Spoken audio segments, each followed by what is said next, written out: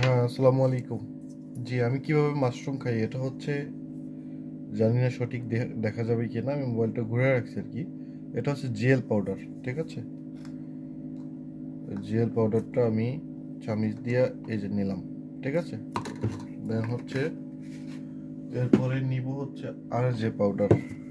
এই যে আর জে পাউডারটা আমি কিন্তু এখনো কিছুই খাইনি, শুধু পানি খাবো। পানি খাওয়ার পরেই এইটা খাবো। এটা হচ্ছে আর জি, ঠিক আছে? ডিএক্সএন আর জি পাউডার খালি পেটেই খাবো আর কি, হালকা কুসুম গরম পানি দিয়া।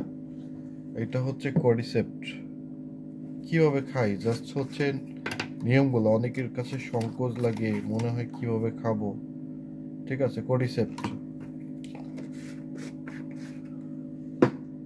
এরপর হচ্ছে লায়ন্স ম্যান,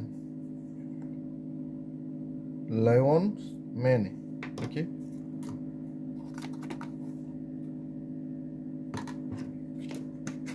ওকে, এরপরে পানি নিয়ে আসি।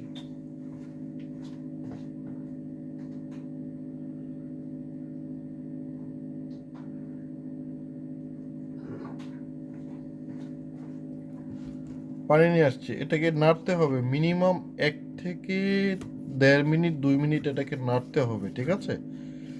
পুরো ইয়াটা, সাপ্লিমেন্টটা যাতে অক্সিজেন পায়, এটার দরকার হচ্ছে অক্সিজেন।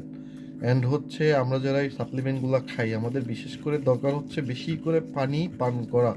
সবসময় খেয়াল রাখতে হবে, আপনি পানি কম খাবেন আপনার এই সাপ্লিমেন্টে কোনো কাজ করবে না।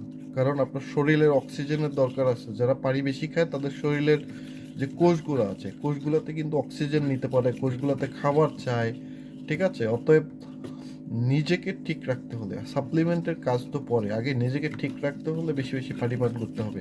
আমরা অনেকেই আছি 1 লিটার পানি খাই না প্রতিদিন, ঠিক আছে? এই ক্ষেত্রে আমাদের প্রতিদিন সর্বনিম্ন হলো এই সাপ্লিমেন্ট যারা খাই মিনিমাম 2 থেকে 3 লিটার, 4 লিটার পানি।